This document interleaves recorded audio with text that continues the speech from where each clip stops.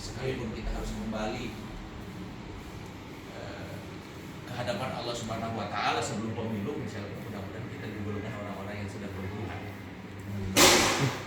Nah, kemudian saran dan masukan yang ingin kami sampaikan kepada Ibu Liena dan tim nih. Yang pertama adalah kita sudah harus mulai mengkalkulasi bahwa medan luas kita adalah Dapil Jabar 8, meliputi kota Cirebon, Kabupaten Cirebon, dan Indramayu. Pertanyaannya adalah apakah mungkin 3 kota kabupaten ini akan digarap semua? Tentu jawabannya tidak mungkin, karena keterbatasan langkah, waktu, dan lain sebagainya. Sehingga kita perlu pandai-pandai memilih. Ketika medan kita begitu luas, kota Cirebon aja dengan pemilih kurang lebih sekitar 200.000 pemilih, Kabupaten Cirebon dengan lebih kurang sekitar hampir 8 juta ada. Kemudian Indramayu juga mungkin kurang lebih sekitar 1 sekian juta pemilih. Dan yang diperlukan Ibu Liena itu untuk terpilih itu sebenarnya nggak harus 100.000 juga. Syukur-syukur bisa 100.000 suara. Tapi kalau tidak, rasa-rasanya saya ini ya 60, 70 sampai 75.000 suara juga saya kira aman. Karena Pak Herman Peron saja 3 kali terpilih menjadi DPR RI itu modalnya ya antara 50 sampai 65.000 suara bisa.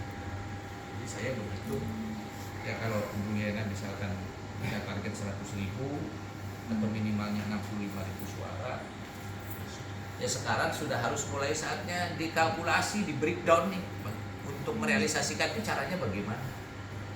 Apakah kita mau ketoprukan semua kota kabupaten di kota Cirebon mau didatangi? Tidak cukup. Sehingga pemetaan itu menjadi penting. Kalau saya sih menyarankan di Ibu Liena itu lebih menggunakan politik, strateginya itu strategi obat nyamuk saja. Kalau home base Ibu Liena itu di Kedaung sini, Kecamatan Kedaung, maka menurut saya kecamatan garapan yang menjadi prioritas itu adalah wilayah hukum administrasi Cirebon, Polres Cirebon Kota.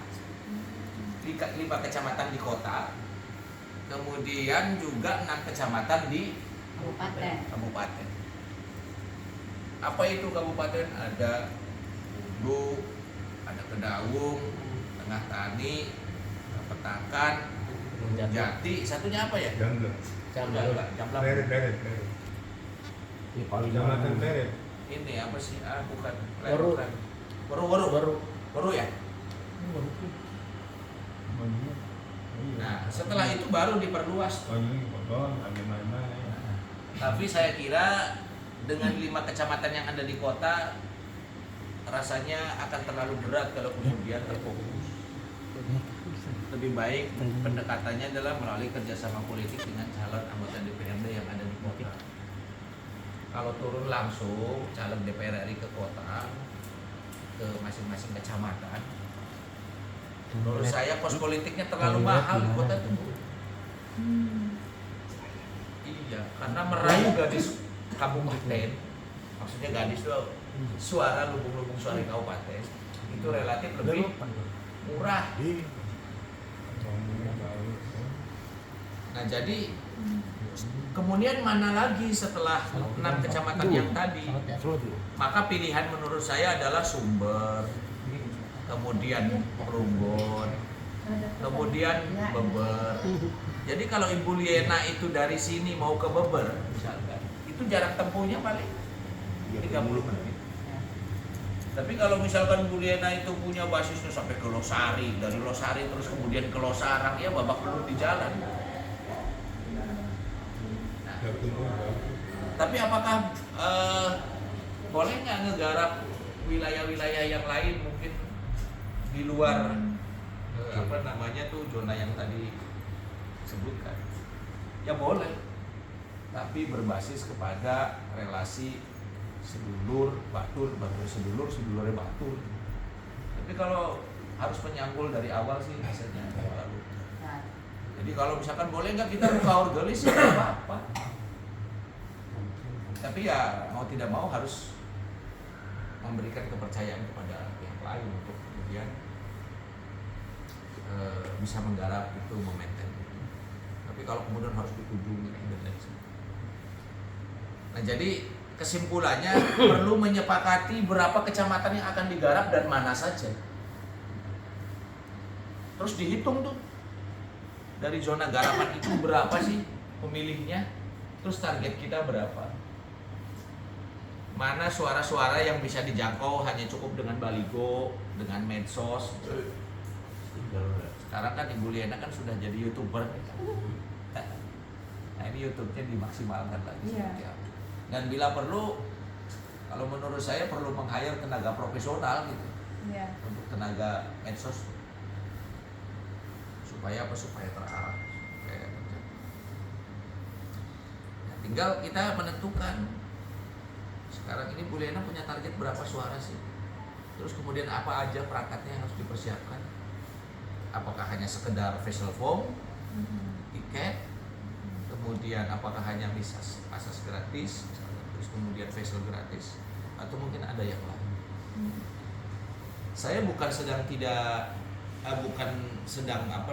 mengajari sesuatu yang buruk ya, atau yang dalam perspektif saya melanggar ketentuan idealisme kita berpolitik.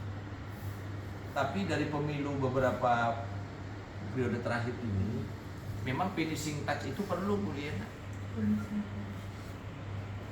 Ya, karena kalau saya sih berharap Bu Liana itu seminggu sebelum pemilihan itu paling tidak sudah bisa mengkalkulasi, oh iya, kita sudah punya kurang lebih suara sekian.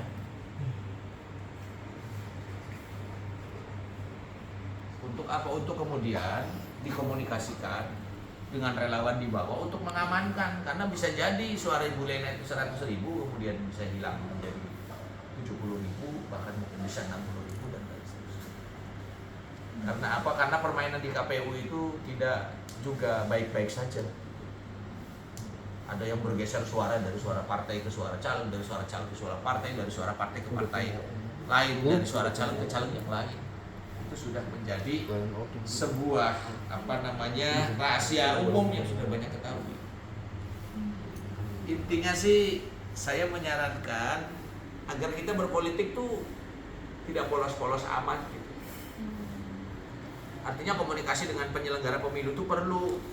Walaupun kita nggak ada niat batin untuk misalkan mohon maaf ya bermain curang, tapi paling tidak supaya kita tidak dicurangi.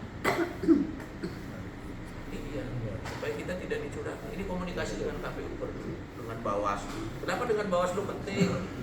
Membangun sebuah hubungan supaya kita juga tidak terlalu tergabung dengan gerakan-gerakan kita yang kadang tanpa sadar kita itu melanggar gitu kan. Tapi kalau komunikasi dibangun, jadi sudah harus pada finishing touch. Kalau 100.000 itu gimana sih breakdownnya ke bawah supaya kita bisa 100.000? Jadi seminggu, bahkan mungkin sehari, 2 hari sebelum pemilihan itu kita udah bisa mengkalkulasi. Kita jangan sampai main di ruang-ruang gelap. Kecuali kita misalkan nyaleknya ya udahlah saya sih sedapatnya aja ya.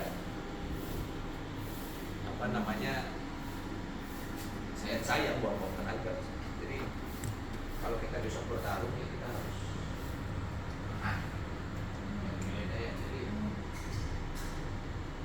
makanya mental kita harus mental, jadi mental pemenang, kita harus siap menang.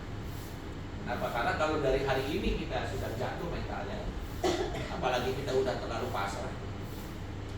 Karena saya termasuk yang memahami bahwa yang dimaksud dengan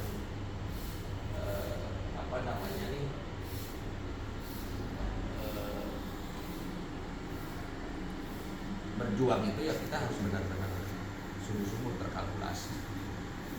Saya sepakat tuh, kita tuh sudah harus mulai melembagakan. Kita tuh mau bikin relawannya namanya apa?